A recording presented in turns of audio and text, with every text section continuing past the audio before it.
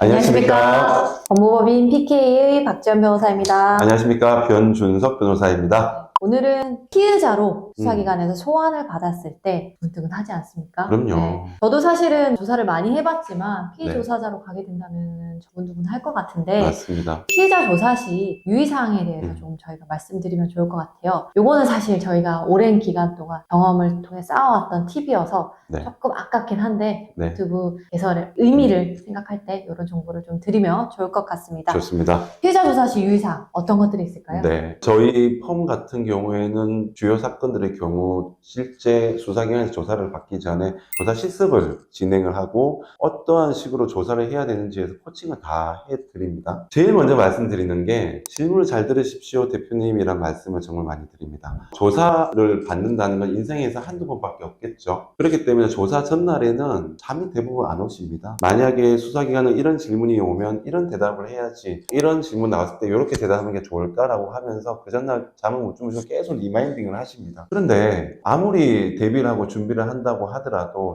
수사기관이 할 질문을 100% 예상할 수는 없습니다. 그래서 조사를 정작 딱 받을 때는 예를 들어서 A에 대한 질문을 예상했을 때 A에 대한 답변은 준비를 하시고 계신 분들이 많으시겠죠. 그리고 A가 아닌 B에 대한 질문이 오면 그 질문을 구별을 할 수는 있겠죠. 하지만 정말 많은 경우가 A에 대한 질문을 준비했지만 A-에 대한 질문이 그런 경우가 정말 많이 있습니다. 질문을 100% 예측은 하지 못하고 수사기관이 요구하는 답은 조금 다른 경우죠. 그런데 A-에 대한 질문을 하는데 당사자는 A에 대한 답변을 한다면 그거는 질문에 대한 답이 아니죠. 그것이 계속 반복이 되다 보면 수사 담당자도 사람이기 때문에 감정이 발현이 되면서 아니 저는 이런 걸 물어본 게 아닙니다. 제 질문 못 들었습니까? 라고 하면서 추궁을 하게 되면 피조사자 입장에서는 그때부터 당황을 하기 마련입니다. 그래서 저희들은 항상 대표님 일단 질문을 정말 잘 들으십시오. 질문을 잘 듣고 나서 천천히 생각하시고 답변하면 충분하니까 정말 귀 기울여 질문을 들으시기 바랍니다 라고 말씀을 드립니다. 질문에 대해서 어울리지 않는 한마디로 동문서답을 하게 되면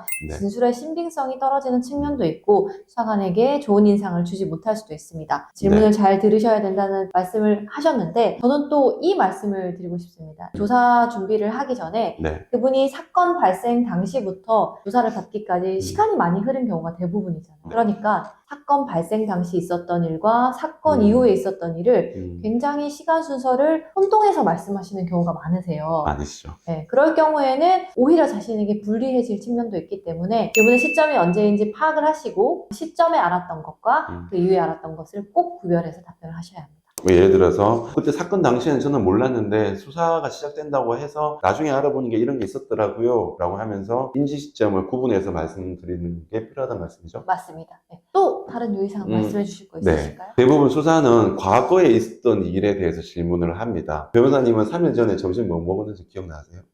어제도 기억이 안 나는데요. 안 나시죠? 네. 그게 사람이고 그게 정상입니다. 그런데 형사사건에서는 5년 전이나 아니면 10년 전에도 이런 일이 있었지 않느냐라고 물어보는 경우가 부지기수죠. 그럴 경우에 정말 기억이 안 나서 뭐라고 대답을 해야 될지 모르는 경우가 정말 많이 있습니다. 그런 경우에 수사기관에서는 아니 이렇게 중요한 일인데 당신이 몰랐다는 게 말이 됩니까? 이거 이렇게 해서 이런 거 아닙니까? 라고 추궁식으로 물어보는 경우가 자주 있습니다. 그럴 경우에도 절대 거기에 이끌려 가시면 안 되고 정확하게 저는 기억이 안 납니다. 기억이 애매하더라도 저는 기억이 애매합니다. 그래서 다시 한번 나중에 한번 기억을 되돌려서 다음에 말씀드리겠습니다 라고 말씀하시는 게 정말 중요합니다. 왜냐하면 기억이 안 남에도 수사기관의 추궁에 의해서 예 그랬던 것 같습니다 라고 말을 했는데 조사를 마치고 나서 나중에 사건을 재구성해 보니까 그랬던 것 같습니다가 실제로 팩트는 아니었던 거예요. 그래서 다음에 조사를 받았을 때 제가 나중에 알아보니까 사실은 그게 아니었습니다 라고 말을 하는 순간 수사기관 입장에서는 진술을 번복하는 것으로 볼 수 있고 그럴 경우에는 그 진술의 신빙성이 떨어지는 요소가 될 수 있겠죠. 금방 말씀하신 포인트 중에 결국 그런 것 같다. 이 답변이 제일 위험한 답변 맞습니다. 중에 하나입니다. 그런 거면 그런 거고 아닌 거면 아닌 거고 기억이 안 나면 안 나는 거고 구별을 딱딱딱 해서 말씀을 하셔야지 그런 것 같다라는 추측성 답변을 하시게 되면 나중에 바로잡기가 어렵게 된다는 점을 맞습니다. 주의하시기 물입니다. 바랍니다.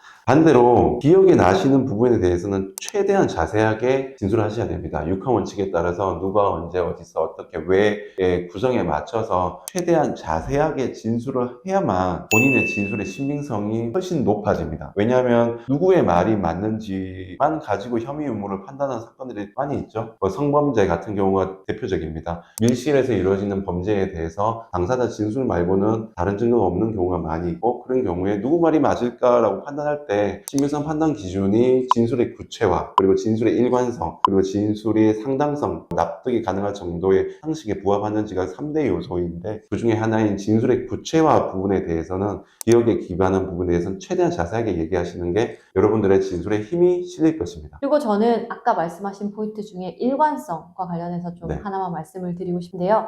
조사를 받다 보면 음. 경찰관이 A라는 질문을 한 다음에 A랑 비슷한 A 네. 다시 질문을 또 합니다. 네. 그리고 나서 조금 있다가 또 A 다시 비슷한데 살짝 비튼 질문을 합니다. 네. 이 경우에 당사자들은 이렇게 생각합니다. 내가 아까 답변한 것 같은데 왜 또 물어보지? 내 답변이 잘못됐나? 라고 생각하고 자신도 모르게 수사관의 입맛에 맞는, 수사관이 원하는 그렇죠. 답변을 하기 위해서 네. 답변을 살짝씩 풀게 됩니다. 그 과정에서 진술의 일관성이 흐트러지는 경우가 굉장히 많습니다. 그 부분도 꼭 유의하시고 일관되게 답변하셔야 된다는 점을 기억해 주시기 바랍니다. 사실 진술조사 시 유의할 사항에 대해서 저희가 드리고 싶은 말씀은 꽤 많이 있죠. 맞습니다. 근데 오늘은 제일 중요한 것들만 저희가 줄여서 말씀을 드렸고요. 다음에 또 좋은 영상으로 찾아뵙도록 하겠습니다. 감사합니다.